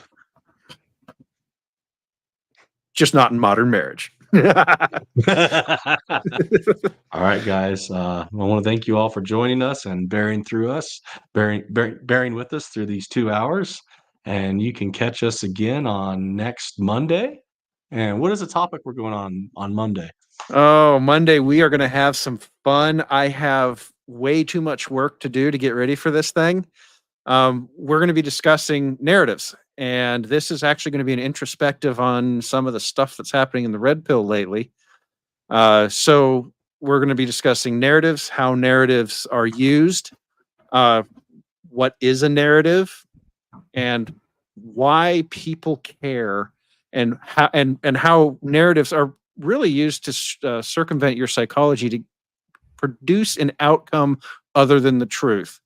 So it's kind of a meta look at narratives, but I'm gonna use some examples from the red pill that are unfortunately timely, is how I'm gonna phrase that. So it's this one's gonna be a lot of fun. I'm still kind of overwhelmed at all the stuff that I'm gonna have to pull together to make this one work, but yeah, we're gonna have some fun with that. So and that's 7:45 Eastern, 7:45 Central, 8:45 Eastern, 6:45 Mountain, and 5:45 Pacific. And please, guys, like and subscribe to the video. Subscribe to the Resurgence of Sanity on YouTube. And thank you guys for joining us. We'll see you next time. Take care. later.